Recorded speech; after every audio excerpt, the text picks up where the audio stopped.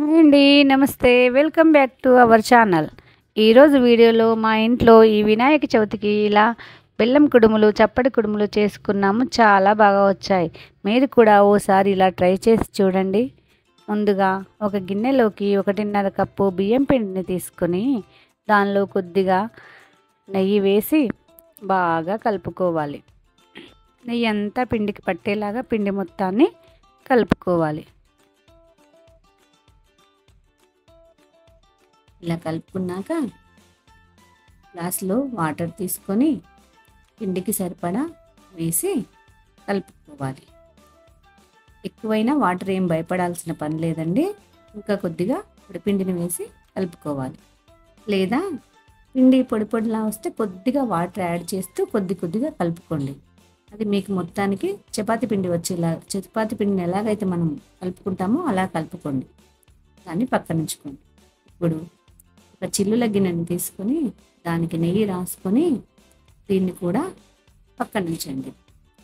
ఇప్పుడు ఈ బియ్యం పిండికి కొద్దిగా చేతికి నెయ్యి రాసి ఈ బియ్యం పిండిని కొద్దిగా తీసుకొని ఇలా ఒత్తుకొని వేళ్ళతో ఇలా అనుకోవాలి.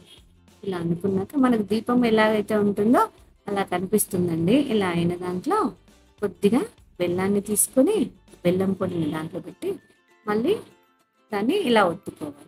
ఇలా ఒత్తుకున్న తర్వాత దీన్ని ఇలా తయారవుతుంది. దీన్ని చిల్లుల గిన్నెలోకి తీసుకొని పెట్టుకోవాలి. ఇలాగే మిగతావన్నీ కూడా తయారు చేసుకొని ఇలాగే ఉంచుకోవాలి. ఇప్పుడు మరికొద్దిగా తీసుకొని ఇప్పుడు చప్పటి కుడుములండి. ఇప్పటిదాకా చేసిన బెల్లం కుడుములు కదా, ఇది చప్పటి కుడుములు. ఈ పిండిని ఇలా 2 అరచేతుల మధ్యలో వేసి ఇలా ఒత్తండి గట్టిగా. సాఫ్ట్గా తయారవుతుంది. ఇలా నొక్కండి. నొక్కిన తర్వాత ఇలా వస్తుంది.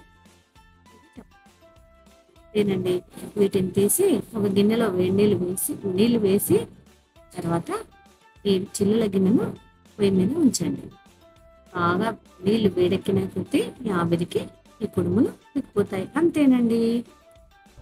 చాలా టేస్టీగా ఉంటాయి. ఒకసారి ట్రై చేసి చూడండి. ఈ రెసిపీ మీకు కనుక నచ్చినట్లయితే please do like, share, comment and subscribe to our channel. Thank you.